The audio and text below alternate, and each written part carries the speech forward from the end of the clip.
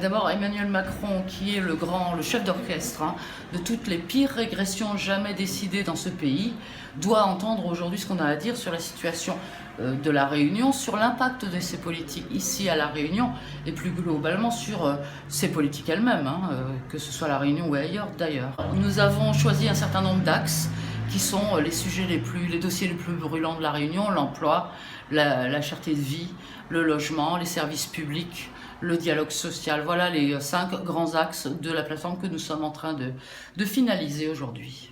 On se connaît assez bien, mais c'est vrai que être comme ça, absolument tous ensemble, ça n'a pas été simple, effectivement. Donc la plateforme, elle est à l'image de cette unité-là. Elle est surtout axée sur les problématiques locales, dont on se rend compte que ce sont des sujets qui nous unissent au-delà de nos différences d'appréciation qui peuvent arriver sur des dossiers nationaux.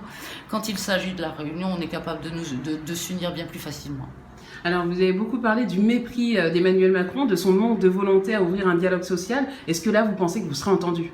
Écoutez, on va faire en sorte, je veux dire par là que le dialogue social, s'il n'est pas spontané et naturel, il peut aussi, et c'est notre position en tant qu'organisation syndicale, il peut aussi se construire dans le rapport de force. Si malheureusement en face, nous n'avons pas une véritable écoute ou un rapport d'égal à égal pour vraiment nous faire entendre, le rapport de force et la mobilisation peuvent peut-être compenser cela.